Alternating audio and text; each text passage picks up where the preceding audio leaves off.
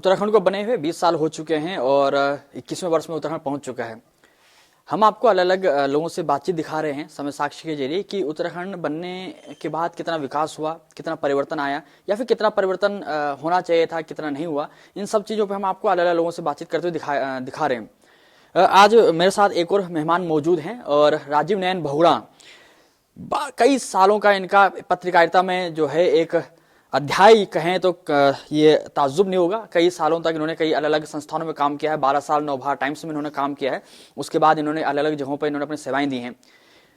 राज्य आंदोलन का इन्होंने दौर भी देखा है। पूरी बातचीत करेंगे और समझने की कोशिश करेंगे कि आखिर उत्तराखंड की जो बुनियाद जिन शहीदों की शहादत पर बनी थी, उस शहीदों की शहादत कितना साकार हो पाई है। उनकी शहादत, उनके बलिदान को उत्तराखंड के जो तमाम मुख्यमंत्री बने हैं, सत्ताधीश जो बने हैं, या यूं कहें कि भाजपा कांग्रेस ने यहाँ पर अपना अपना राजनीति की है या उनके मुख्यमंत्री यहाँ बने, कितना उन लोगों ने यहाँ की जनता के साथ न्याय कर पाए हैं।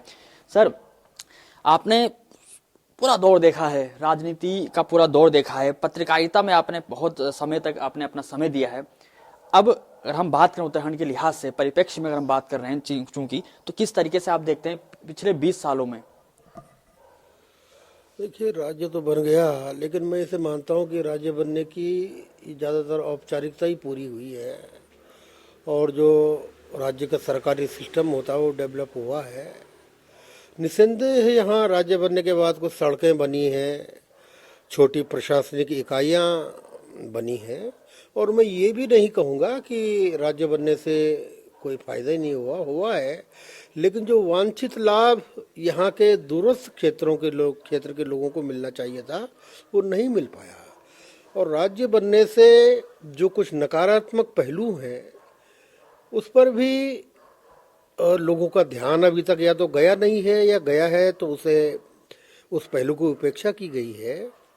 राज्य बनने के बाद यहाँ दो चीज़ें खास तौर पे हुई हैं। एक तो अंधाधुंध बगैर सोचे समझे कंस्ट्रक्शंस हुए हैं, चाहे वो निर्माण कार्य सड़कों के हों या इमारतों के हों या बस्तियों के हों। जो हमारी जंगल की और कृषि की भूमि थी वो बड़ी तेजी से इन निर्माण कार्यों में वो विलीन हुई है। और दूसरा इसका एक पहलू ये रहा कि पहाड़ों से पलायन और तेज हुआ। मसलन देहरादून को आप देखिए कि देहरादून की आबादी राज्य गठन के बाद, राजधानी बनने के बाद कम से कम 20 गुना बढ़ गई है देहरादून शहर की। और देहरादून का विस्तार आप ये समझिए कि यहाँ से ऋषिकेश तक और उधर विकास नगर तक देहरादून शहर का विस्तार हो चुका है। तो ये बड़े घातक पहलू हैं, क्योंकि आपके पास जमीन सीमित है। सबसे बड़ा संसाधन पानी है, जो नॉन रिन्यूएबल रिसोर्स है, जिसका पुनर्नवीनीकरण नहीं किया जा सकता। पानी जितना है उतना है, वो कम होता ही जा रहा है। तो ये बड़े चिंताजनक पहलू हैं जिसकी तरफ अभी तक ध्यान नहीं दिया गया। एक और चीज़ सर, ये तो हुआ राज्य की, हम जो चूंकि हम बात कर रहे हैं, आपने राज्य आंदोलन का दौर देखा था, तो जिन सपनों को लेकर बना था वो तो खैर अभी पूरे तो हुए हैं, लेकिन उस तरह से पूरे नहीं हो पाए हैं जिन तरीके से उसको पूरा होना चाहिए था। अगर हम पलायन की बात करें तो पलायन चूंकि बढ़ ही रहा है, पलायन लगातार पहाड़ों में हो रहा है।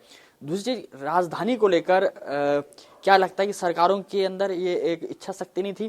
क्योंकि राजधानी की बात हुई थी तो गैरसैंण को राजधानी बनाने की बात हुई थी। राजधानी तो शुरू से ही, जब से आंदोलन का जो शुरुआती दौर था 92-93 से, तभी से राजधानी, जो लोगों के सपनों की राजधानी थी, वो गैरसैंण मानी गई थी।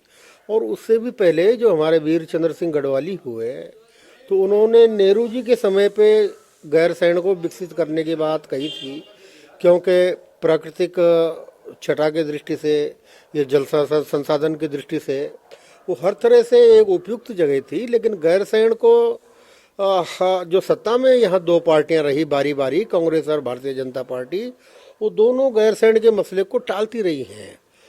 और उसकी वजह ये है कि गैरसैंण एक सुदूर पर्वतीय इलाका है और पहाड़ पर रहने में जो दिक्कतें होती हैं, वहाँ के जो भौगोलिक और प्राकृतिक विडंबनाएं हैं, तो उनमें रहने के लिए मनुष्य को रफ टफ होना पड़ता है, वहाँ के जीवन से अभ्यस्त होना पड़ता है। और जो शहरों में या महानगरों में रहने का अभ्यस्त हमारा शासक वर्ग है, चाहे उसमें नेता हों या ब्यूरोक्रेट हों, तो उनको ऐसी जगह रास नहीं आती हैं। जबकि गैरसैंण को राजधानी बनाने के पीछे मंशा ये थी कि वहाँ जो सत्ता संप्रभु लोग रहे, जो शासक वर्ग वहाँ रहे, वो पहाड़ों में लोग किस तरह से जीवन जीते हैं उससे वो दो चार हो सके, उससे इसका उन्हें व्यवहारिक अनुभव हो सके कि किस तरह की भौगोलिक और प्राकृतिक विषमताओं के बीच में लोग वहाँ रहते हैं, कैसे ठंड की या बर्फबारी की मार झेलते हैं, किस तरह वहाँ हिचकोले खाती हुई सड़कों पर सफ़र करते हैं। ये उनको अनुभव हो सके ताकि आम लोगों का, पहाड़ के रहने वाले जो आम लोग हैं, उनका जीवन स्तर उठाने की दिशा में कुछ काम हो सके। लेकिन ऐसा नहीं हो पाया। अभी भी लोकलाज के कारण गैरसैंण को ग्रीष्मकालीन राजधानी घोषित किया गया है, लेकिन उससे कोई परिणाम ठोस निकलेगा ऐसा मैं नहीं मानता हूँ, क्योंकि देहरादून छोड़कर जाने की किसी की भी मंशा नहीं है, न तो ब्यूरोक्रेट्स की है, न राजनेताओं की है। और अगर ऐसी उनकी मंशा होती तो आए दिन यहाँ देहरादून में निर्माण हो रहे हैं, सरकारी निर्माण।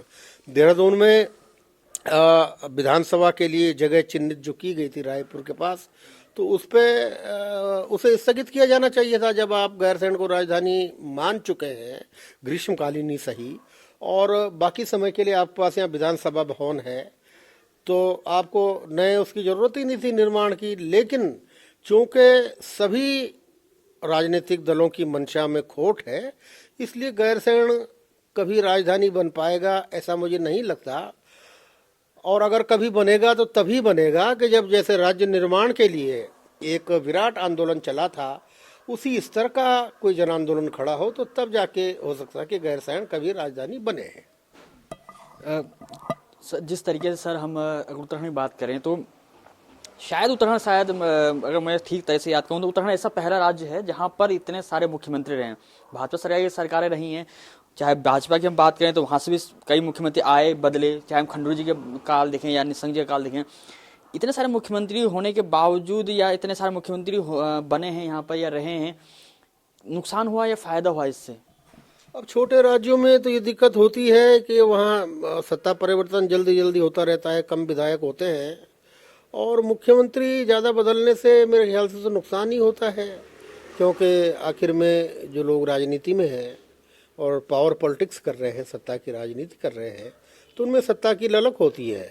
और जितने भी एमएलए हैं या सत्तारिया जितने भी हैं, तो उनमें से हर विधायक मुख्यमंत्री बनना चाहता है। उसकी अंतिम आकांक्षा ये होती है कि वो मुख्यमंत्री बने।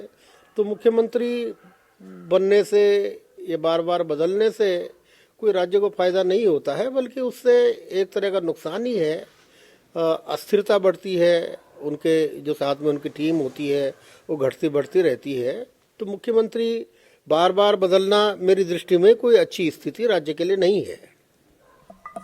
जिस तरीके से सर हम बात करें तो 20 साल पूरे हो चुके हैं और 21वें में हम चल ही रहे पहुंच चुके हैं। हिमाचल की अगर हम बात करते हैं और उत्तराखंड की बात करें तो हिमाचल भी एक पर्वतीय राज्य है, लेकिन वहाँ पे ऐसी क्या व्यवस्था है कि वहाँ पे पलायन भी नहीं हो रहा उतना, यहाँ पलायन ज़्यादा हो रहा, एक चीज़ है। दूसरा कोरोना, उत्तराखंड में 17,000 के आसपास आंकड़ा पहुँच चुका है और हिमाचल की बात करें तो उसने काफ़ी हद तक काबू पाया है। इन सब चीज़ें में क्या डिफरेंस है? क्या ऐसा है कि हिमाचल ने ऐसा क्या किया हमसे बेटर? हिमाचल और उत्तराखंड में मूलतः फर्क ये है सबसे बड़ा कि हिमाचल में शुरुआत में ही डॉक्टर यशवंत सिंह परमार जैसा मुख्यमंत्री उन्हें प्राप्त हुआ कि जो खुद पैदल चल के अपना एक झोला गले में उठा के गांव-गांव जाते थे। अब यहाँ कोई भी मुख्यमंत्री अभी तक ऐसा नहीं हुआ है कि जिसने कभी एक रात भी पहाड़ के किसी गांव में नाइट स्टे किया हो। जबकि यशवंत सिंह परमार ऐसे मुख्यमंत्री हुए और वो कई साल तक वहाँ के मुख्यमंत्री रहे। वो हफ्ते में 3-4 दिन किसी गांव में, डाक बंगले में नहीं बल्कि किसी के घर पे अपना डेरा डालते थे। और जब मुख्यमंत्री चल रहा है तो जाहिर है कि उसके साथ प्रशासनिक अमला भी चलेगा, डीएम भी चलेगा, तहसीलदार भी चलेगा, एसडीएम भी चलेगा, पुलिस के लोग चलेंगे। तो मूल बात यह हुई कि हिमाचल जो है तो शुरू से ही वो सही पटरी पर आ गया। दूसरा, वहाँ अंग्रेजों की ग्रीष्मकालीन राजधानी थी, तो कुछ अंग्रेजों की वजह से, कुछ वहाँ के लोगों की समझदारी की वजह से वहाँ बागवानी का प्रचलन काफ़ी पहले से शुरू हो गया था, आज़ादी से बहुत पहले से हिमाचल में, तो उस बागवानी ने उनको फ़ायदा दिया। तीसरी बात ये है कि उत्तराखंड में जो यहाँ राजनीतिक महत्वाकांक्षा लोगों में है, ऐसी हिमाचल में आपको नहीं दिखेगी। वहाँ के लोग ऐसे महत्वाकांक्षी और चकड़ैत नहीं है हिमाचल के लोग। वो अपना काम करेंगे, खेती करेंगे, बागवानी करेंगे, भेड़ बकरी पालन करेंगे या व्यापार करेंगे, अपना होटल चलाएंगे। अब आप हिमाचल में जाएं तो वहाँ टूरिस्ट कल्चर जिसे कहते हैं, पर्यटक संस्कृति, वो डेवलप हुई है। आप हिमाचल के किसी छोटे से कस्बे में चले जाइए तो वहाँ आपको होम स्टे मिलेगा, और होम स्टे आपको लूटेगा नहीं, ठगेगा नहीं। ऐसा नहीं है कि आप केदारनाथ यहाँ चले जाएं, हमारे यहाँ तो वहाँ 30 और 40 रुपए में चाय दे रहा है पुरानी पत्ती से उबाली हुई। हिमाचल में आपको ऐसा नहीं मिलेगा। आप किसी छोटे कस्बे या गाँव में जाएंगे तो वहाँ आपको उचित दर पर होम स्टे मिलेगा, सम्मान मिलेगा, आपसे लूटपाट नहीं होगी। वो कल्चर उन्होंने डेवलप किया जो हमारे यहाँ नहीं है। और हिमाचल से पलायन न होने का या कम होने का एक कारण ये भी है कि वहाँ लोगों ने आत्मनिर्भरता की दिशा में पहले से ही काम करना शुरू कर दिया था। जो मैं आपसे कह रहा हूँ कि वहाँ के लोग खेती किसानी और बागवानी करते हैं, जो हमारे यहाँ राजनीतिक चकड़ैती है। हाँ, हिमाचल में कुछ संयोग से पहले हुआ, और उसका मूल कारण मैं आपको फिर से ये बार बार दोहराना चाहता हूँ कि हिमाचल के लोग संतोषी प्रवृत्ति के लोग हैं, अपने काम में ज़्यादा मन लगाते हैं। या हमारे यहाँ अर्धशिक्षित लोग हैं, 10वीं 12वीं या बीए भी कर लिया, तो अधकचरी पढ़ाई से यहाँ के लोग चकड़े ज़्यादा हैं, नेतागिरी ज़्यादा करते हैं। तो इसलिए ये भी यहाँ की तरक्की में जो बात अड़ंगे आती है, वो एक कारण उसका ये भी है। तो ये थे हमारे साथ वरिष्ठ पत्रकार राजीव नयन बहुगुणा। चूंकि हम बात उत्तराखंड के ऊपर कर रहे हैं और जो निष्कर्ष निकल के सामने आ रहा है वो यही है कि राजनीतिक महत्वाकांक्षा नेताओं के अंदर बहुत ज़्यादा है आगे बढ़ने की, लेकिन राज्य के हित के लिए वो कम है महत्व।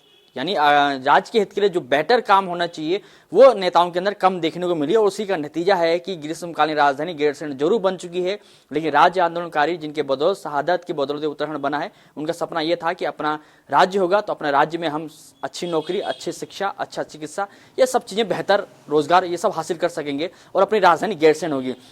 बहुत सारे मुद्दे हैं, इन सब मुद्दों पर काम करने की अभी और ज़्यादा आवश्यकता है, चाहे वो ग्रीष्मकालीन राजधानी हो या चिकित्सा, स्वास्थ्य या फिर रोजगार के ऊपर हो। देहरादून से वीडियो जर्नलिस्ट सुशांत सिंह के साथ अमित रतूड़ी, समय साक्ष्य। सर्वप्रथम आप सभी को मेरा नमस्कार। आप सभी को मेरी तरफ से दीपावली, छठ पूजा एवं भैया दूज की हार्दिक शुभकामनाएं।